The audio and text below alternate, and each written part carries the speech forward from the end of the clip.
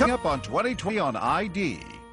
A popular teenager walks into the grocery store where he works, but he doesn't walk out. Where'd he go? There's somebody who knows exactly what happened. No body, no weapon, but there was a murder and a revolving door of suspects. Stock boys with a past. One admits he was there. I hit Brian a few times. I thought I knocked him out. So why is this man behind bars? I'm not a criminal.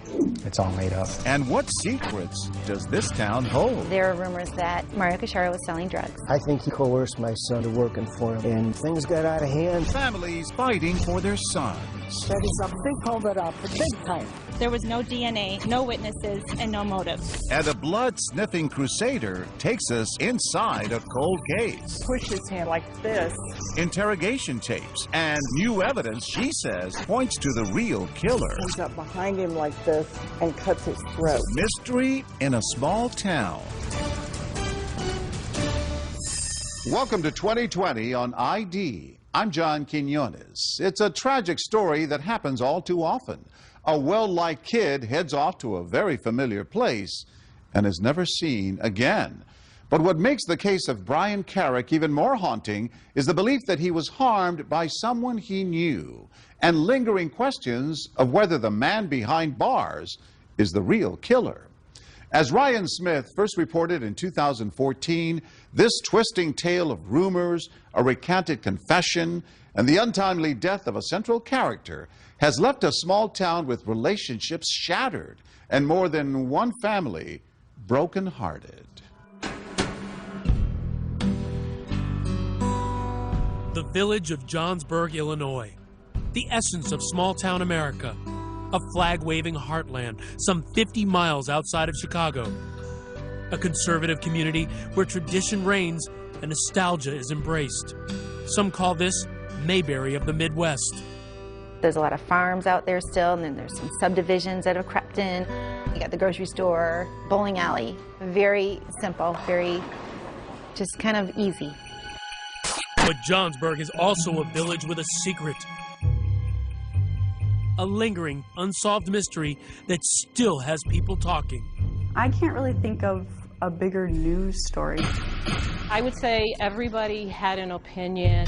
I think there's somebody who knows exactly what happened. What happened to Brian Carrick, a likable 17-year-old high school junior who one Friday night in 2002 vanished from inside the grocery store where he worked as a stock boy just 5 days before Christmas? Amanda Marazzo covered Brian's disappearance for the Chicago Tribune. He was excited about Christmas. There was no indication for him to run away. His father, William Carrick, an electrician, says his youngest son was always by his side. Wherever his dad went, his dad said he'd be in his hip pocket. He's an entrepreneur, started making money very early on shoveling snow. What kind of person was Brian? From all accounts, he sounded like he was funny and he was goofy and he was a smart aleck. There's a story where the one sister read about how he had read her diary out loud to the family one time. Oh. So that, so he was goofy. Just like a little brother, right? Just like a little brother. Yeah. And he loved Val's Foods, the village's only grocery store, directly across the street from the Carrick home. Val's co-owner, Jerry Cacharo. He was smart that you don't have no idea how smart he was. If you tell him to do one thing one time, say, this is what I want you to do. Next time he'll tell you what to do. So he was a go-getter. If there were more people like Brian in this country, there'll be a beautiful future for America. In Johnsburg, everyone knew the Carricks, the hardworking Irish Catholic family with 14 children, Brian the 11th.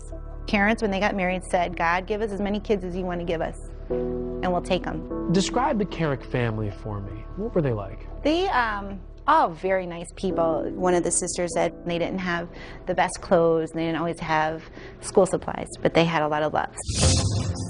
That December 20th was Brian's day off, but he went to Val's looking for a co-worker, passing his brother Eddie, also a stock boy, on the way. Eddie was going out to get the carts from the parking lot, and Brian was walking into the store. He never saw his brother after that. The next day, his mother, Terry Carrick, received a troubling phone call. Brian hadn't shown up for work. She knew her son would never miss work. That was his life, was going to that store. She went upstairs, he wasn't in his bed. she knew immediately something's wrong. Within days, Johnsburg was reeling in disbelief. This was not the kind of town where people just went missing. Johnsburg's so safe and such a small family, church-oriented community, and then to have something like this happen is just very hard to take in. Supporters gathered at a vigil for Brian, walking the same route he walked to work, across Johnsburg Road. His mother, Terry, the strong matriarch, shaken. Horror, the torture of not knowing, where he is or what's happened. It's every parent's worst nightmare, and I guess we're living it. As weeks passed, no one knew if Brian Carrick was dead or alive. Johnsburg police were involved, Illinois State Police became involved, the FBI became involved. People were searching the places where Brian might go. They had a search dog. They had psychics would come to Terry's front door and try and tell her where he might be. Val's Foods posted a $25,000 reward. Grocer Jerry Casharo's daughters, Julia and Joanne. I think some people would look at that and say, they're putting up $25,000 for somebody who works for them. Not a family member, but an employee. The Carricks needed it. They didn't have the money. We were desperate to try and find what happened to him. The Carricks and the Casharos, two of Johnsburg's most well-known families, friendly for nearly 20 years. Almost half the Carrick kids had worked at Val's. When they used to come into the store, my dad used to measure them, and basically as they grew every year, he would mark it, and so he knew all the kids and keep track of them all. So, I mean, those kids were very dear to my dad, especially. I understand you have a picture of him in your wallet. Yeah, definitely. So can you show me? Sure. This is a beautiful You're kid. still carrying this picture in your wallet. Right. Of this young man who worked with you as a Right. stock boy. Right. Why do you carry his picture with you? Because to me, he was like a son. He would come in there on his day off all the time. He would come in, and if he saw a line of people, even though he wasn't on the clock, he'd jump in there and start bagging groceries. And, it's like you don't really find kids like that. He's one in a million. What was your dad's reaction when he went missing? He was heartbroken. He cried. He cried and cried. An early break in the missing persons case revealed blood evidence in and around the grocery store produce cooler. News no one wanted to hear. Drops, spatter, smears, a bloody fingerprint, Brian's blood. What heartbreaking mystery did the family's grocery store hold? What was your reaction when you heard that police found blood in the produce cooler? I think then immediately it's like, well, who did it? Everybody was just like on edge. Police questioned everyone, including 3 stock boys, Shane Lamb, Rob Render, and Mario Casharo. 2 of them have criminal records. But police quickly turned their attention to the one with no priors, the boss's son, 19-year-old Mario, Jerry's heir apparent. Are you kidding me? You guys were shocked at that point. Yes, completely shocked.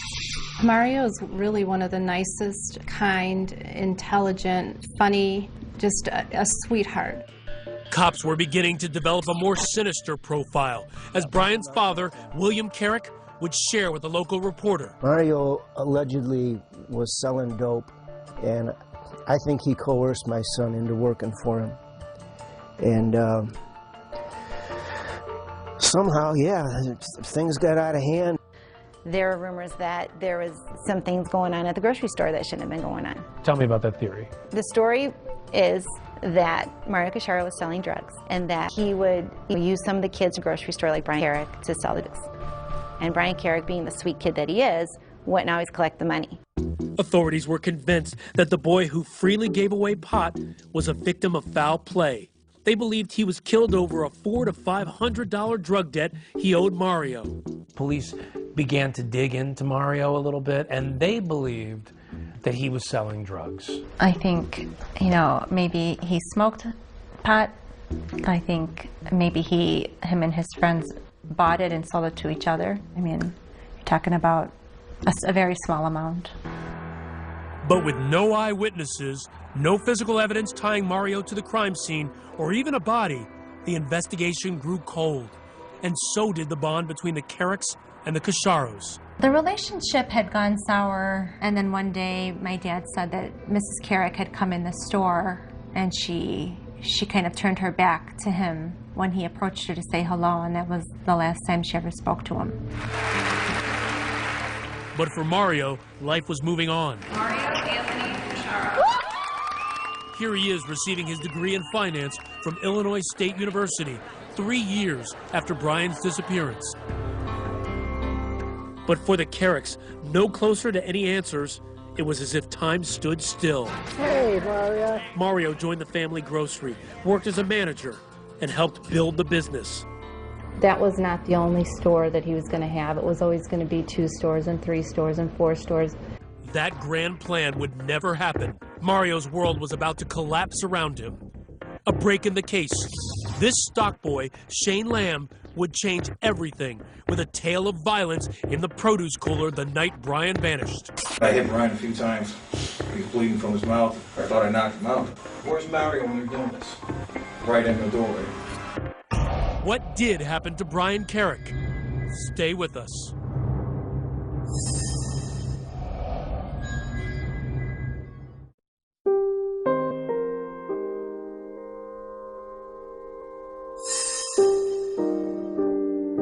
I would like to thank everybody for attending tonight. A toast to prosperity and future. Salud. Happy memories for Mario and the Casharo clan. Older brother Eugene's big Italian wedding.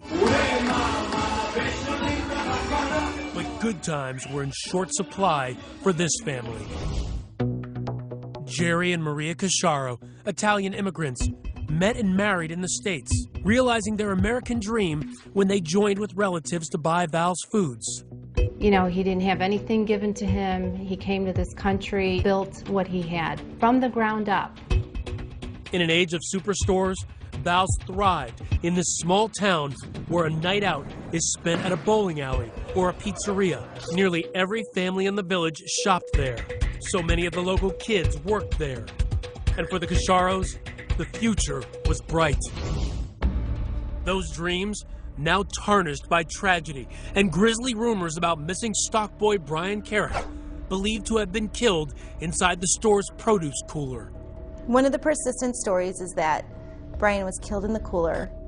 Mario called family from the city who came in, dug him up, dismembered him, and threw him in a river in Iowa. It snowballed into these disgusting rumors that that he was cut up in our meat department, and then it started becoming that our family was involved in some kind of crime family. The FBI investigated and dismissed rumors of a mob hit. This case may have remained an unsolved mystery if not for this man. This is Assistant State's Attorney Michael Combs. Also known as Mick Combs, a tough, hard-edged prosecutor, determined to find justice for the Carrick family. 2010, a break in the 8-year-old case. Prosecutor Combs finds a key witness.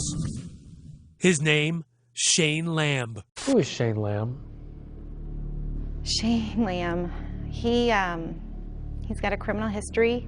He grew up rough. I think he's a very tragic character in all of this. A stock boy at Val's who worked alongside Brian and Mario. A 5-time felon with a rap sheet that included attempted murder at just 14. He repeatedly denied knowing anything about Brian's disappearance to authorities. 8 years later, in jail facing up to 12 years on drug charges, he was ready to talk. But first, he wanted a deal, and so did prosecutors. Shane Lamb is given immunity from the offense of murder, involuntary manslaughter, concealment of a homicidal death, and any other offense resulting in his involvement in the disappearance of Brian Carrick. With this deal, Shane escaped all charges related to Brian's death and a reduced drug sentence. All he had to do to get the deal, tell his story. And that led police to Mario. What exactly did Mario tell you? Pretty much to talk to Brian, try to intimidate him into getting the money. Well, how were you to intimidate him? Talk to him. He never came out and said go kill him or anything like that. A controversial deal, awarded to a man who admits he was the likely killer and Mario the mastermind. According to the prosecutors, Mario knew what he was doing by bringing Shane Lamb in and using him as a tool, as an enforcer, as the muscle to get what he wanted. Shane was off that night at a party getting high. He says Mario called him to come to the store. Brian owed him money, and he wanted it back. Mario wanted Shane to talk to him. It was time for him to pay up. Went over there, told Brian what's up with the money you owe him, I had to pay him at least some of the money back. We got to arguing. Mario said it was getting too loud, going to the produce cooler right there. Shane says he demanded the money from Brian, but Brian resisted. Shane lost his temper. Things turned violent. I hit Brian a few times. He was bleeding from his mouth. He fell out. How hard you hit him? Thought I knocked him out. That was it. Where's Mario when you're doing this? Right in the doorway. Knocked unconscious, not sure if Brian was dead or alive, Shane says Mario told him to leave the grocery store. He said, go ahead, I'll handle this. I left, went back to a party. Armed with Shane's version of what happened, prosecutors arrest Mario for killing family friend Brian Carrick. A small victory for Bill Carrick, reminded daily of the store across the street on Johnsburg Road, a moment Terry Carrick would not live to see when she died in 2009. For the Cacharo family, it was a moment of utter disbelief. I wanted justice for the Carricks, but they got the wrong guy.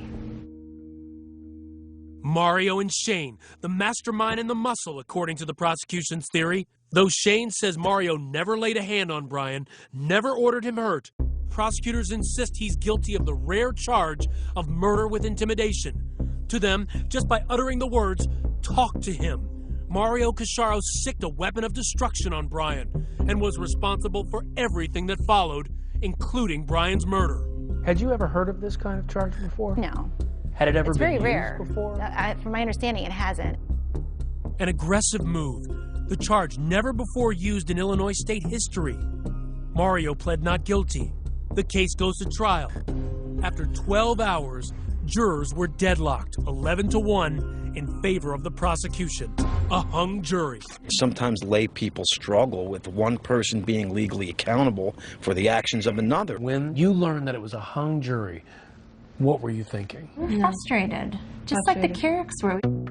Prosecutors went after Mario again, vowing to retry him. March 2013, Mario goes back into court, facing another murder trial, and once again, Shane Lamb is the prosecution's star witness.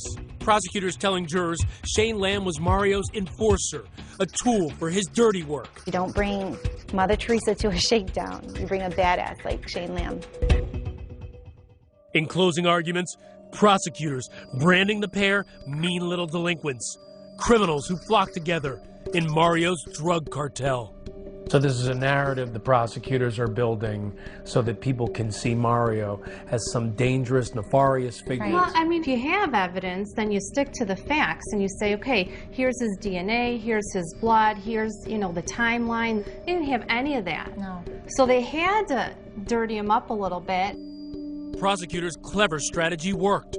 Juror Melina McVicker. He kind of looked more like the spoiled rich kid that was trying to be like a little mini gangster or something. The man who didn't say a word throughout 2 murder trials decided to speak only to 2020. But why now? Did you kill Brian Carrick? Stay with us.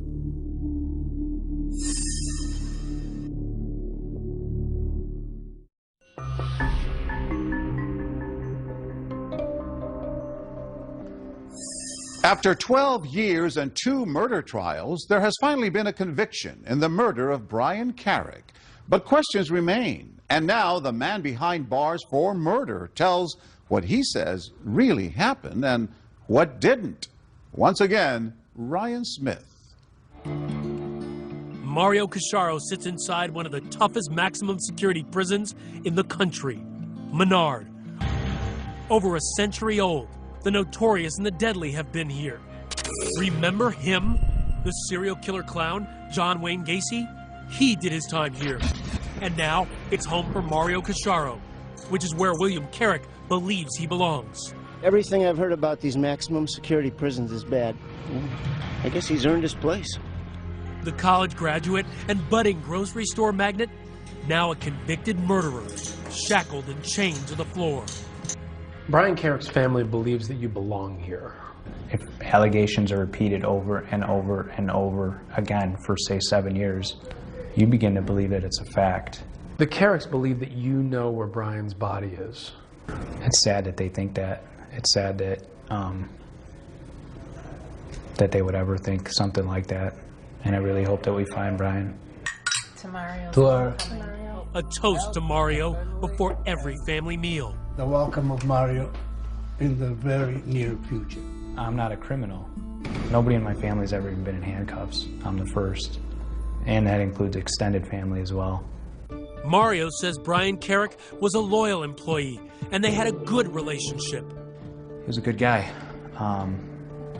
Good family. He worked hard. One of my favorite co-workers. 12 years later, and Mario still remembers December 20th, 2002. Just 5 days before Christmas, the store packed with shoppers, filling their carts with all the makings of Christmas dinner. It was Brian's day off, but he showed up that evening around 6:30 asking for another stock boy, Robert Render. Brian suspected Rob was stealing alcohol from the store. Jacob Keppel, now a tax accountant, was once a stock boy too.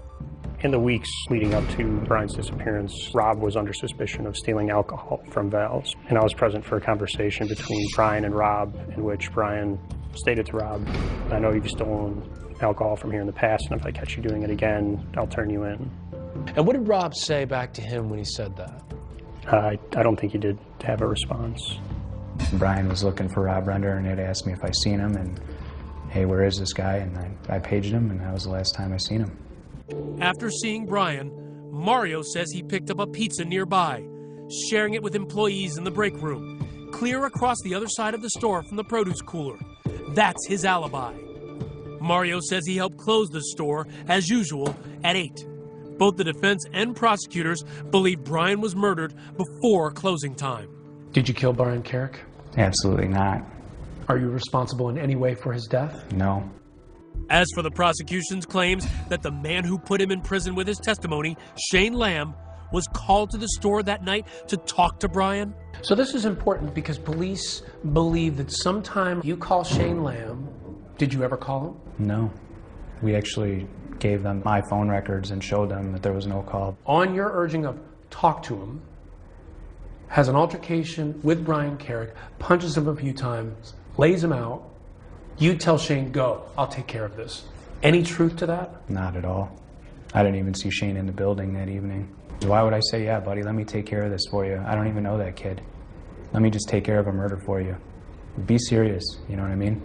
He questions why anyone would believe he'd take a murder rap for Shane Lamb, who'd only worked at the store for a few months after a 2-year stint in juvie for attempted murder.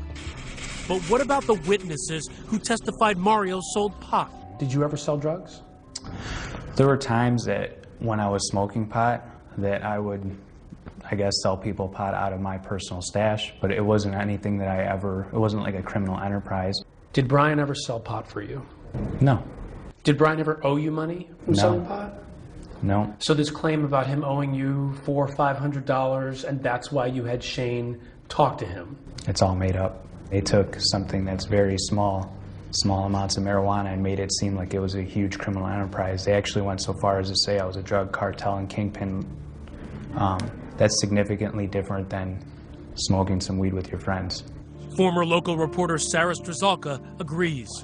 There were multiple people who got up on the stand and said that they had bought, pot from Brian or bought pot from Mario or whatever it may have been. But this wasn't a cartel. It wasn't some big drug empire. It was high school kids buying a little bit of pot here and there. You didn't testify at your trial. How do you feel about that decision now? I think it was the wrong decision. I wanted to do it at the time. I was just advised not to. His future was in the jury's hands, and they never heard from him. That may have cost Mario his freedom. The verdict. What's going through your mind as you're waiting for that verdict in the second trial? What is taking so long? What are they thinking about? What could they possibly have found to be credible that they've seen? Did you think at that point you were going home with your family? Yeah, sure did. How firm was your belief that you were going home? 99.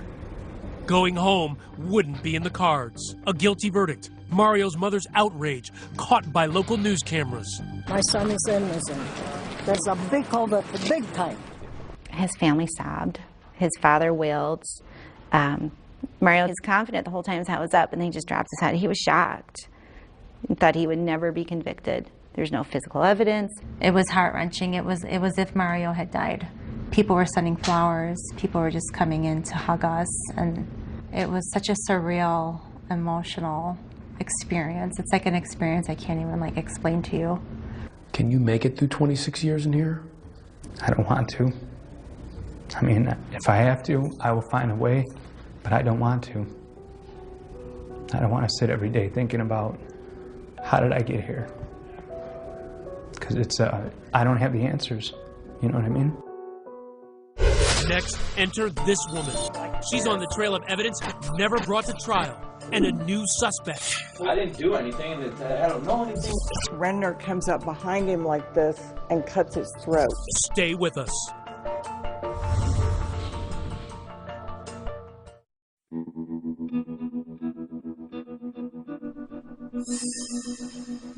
They walk in silent protest, a family crusade to free 31-year-old loved one Mario Casciaro, sentenced November 2013 to 26 years for murder.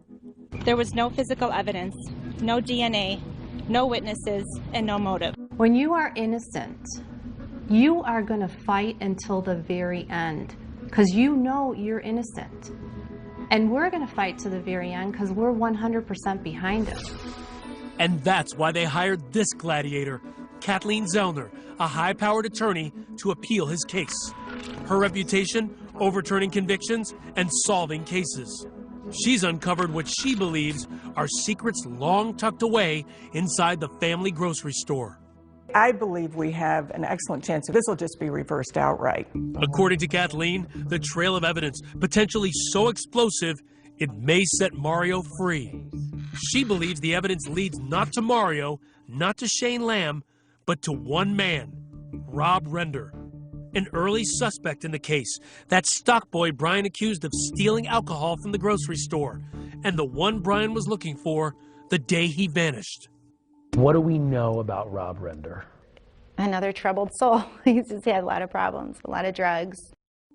For Kathleen, the case begins with the physical evidence, the blood at the crime scene. Rob Render's blood was there, and his was the only blood that was ever found aside from Brian's. We know that Rob Renner and Brian Carrick had an altercation because both of their blood is right there at the crime scene. For her, the crime scene tells the story. Look at these photo exhibits. While Brian's blood is in the hallway leading to the cooler, Rob Render's bloody fingerprint is on the cooler door handle. And inside the door, more of Rob Render's blood.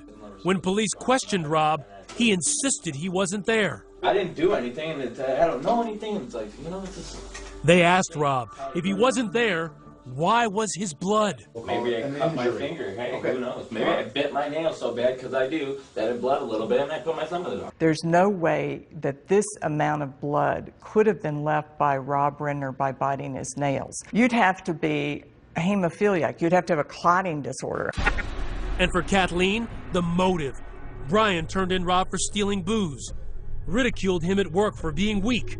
And according to Jacob Keppel, another stock boy in the store, Rob was in debt to Brian for pot. Brian had told Rob, if you don't have it by Friday, it's $60. And to me, that meant if you don't have the $30 you owe me for weed by Friday, then it's double. Next, opportunity. Where was Rob Render that night? Kathleen contends that other employees said Rob was nowhere to be found for nearly 2 hours. But according to Rob, I was probably stoned. That night? I'm sure. I was 17 years old. That's all I ever did. I never, ever left work. You know, maybe they were looking for me and they couldn't find me. Maybe I was stuck in an aisle somewhere. Maybe, you know, maybe I went on break. I'm telling you, I never left the store. But maybe he knows more than he's telling. That's what police thought. He told a friend there was a fight in the cooler, and that led them to the crime scene. Honestly, that's what led us over to the cooler.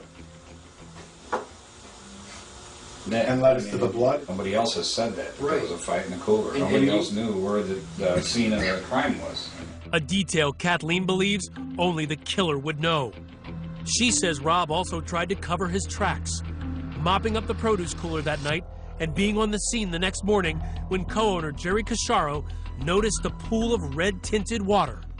What did you think that circular stain was from? At the time, actually, I only thought it was Hawaiian punch. Okay. I got a little hot under my collar, and I said, okay, you, clean it up. The you clean it up was Rob Render. And Kathleen has a witness, an employee at the grocery store when Brian disappeared, who could rock the prosecution's case with explosive claims. What did this new witness have to say? The new witness said that Renner had made a statement to him just a week before Brian disappeared, that he was very angry with Brian and that he was going to jump him with a weapon. That matches with her version of events. Kathleen says the fatal blow wasn't from a punch, as Shane Lamb confessed, but from a knife. Tell me what you believe happened between Brian and Rob Render. I believe that Renner comes up behind him like this and cuts his throat, and in the process cuts himself. Then I believe that Brian starts falling forward and Renner grabs the door. That's why his thumbprint is on the door. And then he pushes him like this. Then he scrapes against those boxes. That's why the transfer blood is there. The attack is in the hallway. So we're all familiar with the blood evidence. And acting on a tip from this witness, Kathleen's investigators finding a piece of evidence in the police report, a pair of soiled underwear with a brownish red color. Kathleen thinks it may be blood. Mario's attorney, Kathleen Zellner, believes that what may have happened in this lady's bathroom could blow this case wide open. A stock boy coming in this bathroom about a month after Brian disappeared saw that there was a leak in this bathroom and saw that it led up to this panel. So he stepped on this toilet, lifted up this panel, and found a pair of men's underwear size small. A size similar to Rob. The underwear handed over to the police. But Kathleen says it wasn't entered into the evidence log and never made it to trial. That is a huge bombshell, and that's why we want to have DNA testing. We want to confirm if that was his underwear, because if that's got Renner's blood on it and Carrick's blood on it, that is all you need to know about who committed the murder. So we don't know that for sure. No. You just need to check it out to see if that's a part of the picture. Prosecutor Combs admitted to 2020 that the underwear was not tested, but stated both the police report and the witness were available to Mario's defense lawyer before trial. Unfortunately for you, the evidence points at you. Almost all of it points at you, Rob. Rob wasn't let off scot-free. Police charged him with concealing Brian's murder, but later dropped the charge. Rob Render never told his story in court. Struggling with drug issues for years, he overdosed on a cocktail of heroin and cocaine and died in 2012, just months before Mario's second trial. Mindy Lindholm, Rob's older sister, passionately defends her brother. She claims he would never hurt anyone. The premise that my brother could have possibly killed Brian over $30 or over him telling on him or anything is ridiculous to me. My brother having an explosive temper is absolutely ridiculous. If he did, I would think that he would have a violent record. I would think that he would have arrests such as Shane did for violent things of violent nature. He had criminal thefts on his record for things related to his drug habit. Mindy also questions how it would be possible for her brother to kill Brian Carrick and dispose of his body without a trace. My brother was on foot. He didn't have a car of his own, a vehicle of his own. How does a 17-year-old boy kill another boy with a knife in an open grocery store with customers coming in and out and other workers? How does a 17-year-old pull that off, get rid of the body so well that that body is never to be found again? And she accuses Kathleen Zellner of scapegoating her dead brother. I asked him, what he knew about it, and he said he wasn't there, and he didn't know what happened. It's a convenient story for an appeals case because my brother's not here to defend himself, but I do not believe that my brother had anything to do with Brian Carrick's disappearance or the cover-up of his disappearance. I'm sure prosecutors will say this is a classic case of blaming the dead guy. To me, that's meaningless to say blame the dead guy. Doesn't mean dead guys didn't commit murders.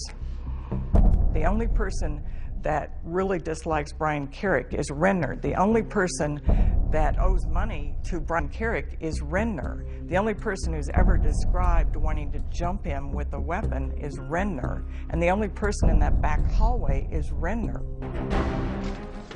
Next, the state's star witness, Shane Lamb, the man who put Mario Casciaro behind bars, does a shocking about-face. All of it was false. Every single thing the state's attorney set it up.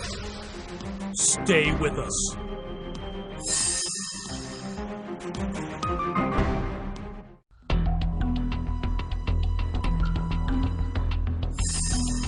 September 30th, 2014.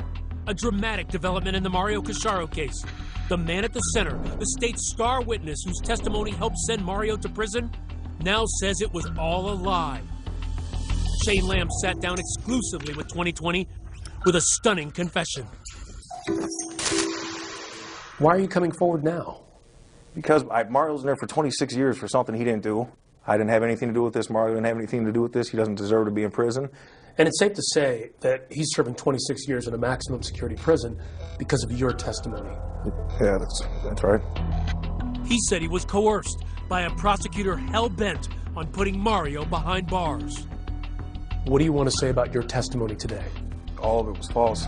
Every single thing the state's attorney set it up.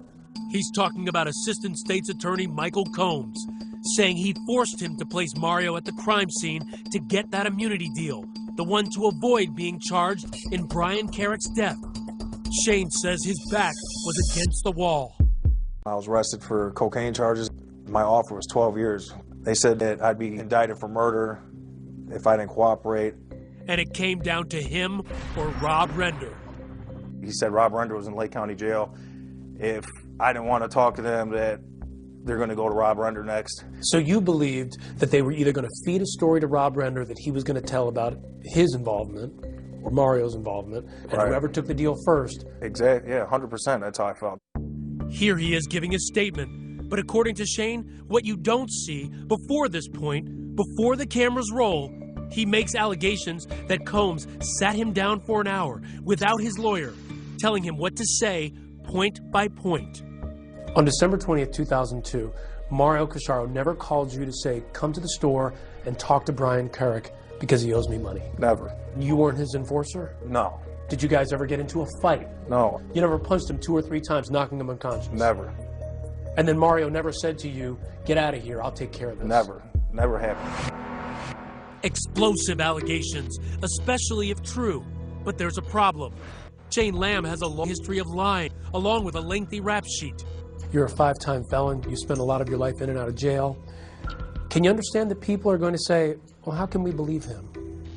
You know, they believe me enough to use my testimony to put him away. But now, since I'm telling the truth now, they're going to say I'm lying. And this, if Shane is to be believed, why would a prosecutor risk so much? Why would he put his career on the line, threatening you, just to put Mario in prison? I don't know why a lot of people do not like Mario for some reason in law enforcement. That's a question we put to Mario himself. Police took the stand and talked about how you were arrogant in talking to them. I don't feel I'm arrogant. Do you think that you're sitting here maybe in large part because they just didn't like you? This isn't a popularity contest. This isn't the senior prom. This is my life. If I'm sitting here because they don't like me, then I shouldn't be here. The state's attorney's office wouldn't go on camera because the case is on appeal. In a statement to 2020, Prosecutor Combs denied coaching Shane Lamb out of the presence of his lawyer, calling it unworthy of belief, untrue, and too far-fetched. You know, as I hear you today, I think, what do you have to gain from all this? I have absolutely nothing to gain. The only thing that can happen to me right now is them recharging me for murder. I have everything to lose right now. So you have nothing to gain, everything to lose. Is that why you think people should believe you? 100% they should believe me. It's the truth. How does this change your defense of Mario? It dramatically changes it. The witness statement about Renner's plan to attack Brian Carrick, combined with Shane Lamb recanting everything, he was the whole case. I mean, he was the only person that was responsible for Mario being convicted. But then, who killed Brian Carrick? All 3 stock boys tell a different story. Shane Lamb now says he was never at the store that night, and no co-workers placed him there either. Mario Casciaro claims he was eating pizza in the break room. And before his death, Rob Render proclaimed his innocence. And Brian Carrick's body has never been found. Where'd he go? People don't disappear. People don't just get sucked up and disappear.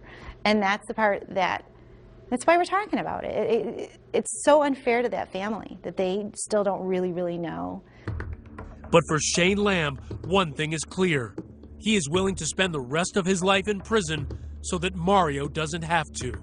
And he's in Menard right now, one of the worst prisons in Illinois, for 26 years, and I just feel like they let somebody make up testimony to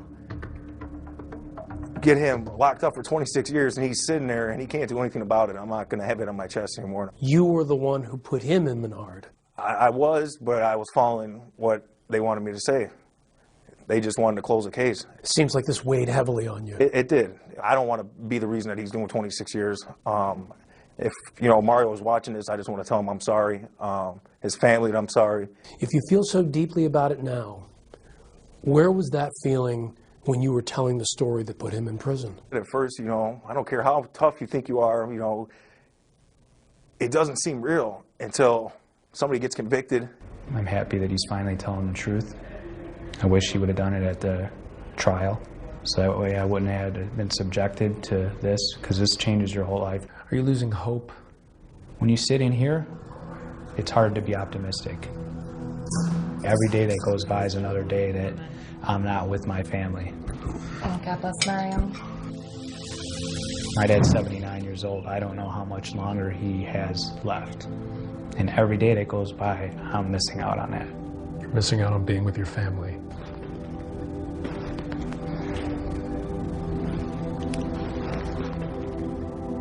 We lost Brian. We're not going to get him back. And then the only thing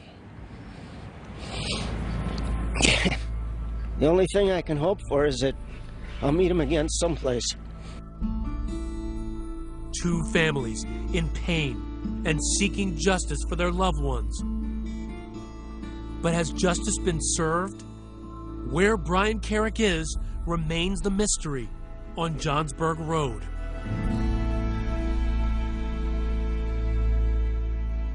12 years after the disappearance of his son, William Carrick died of natural causes. He was 67 years old. Julia Mill, Mario Casciaro's sister, says her family wanted to reach out and send condolences, but they didn't want to upset the Carrick family. As of 2015, Mario's appeal is still pending.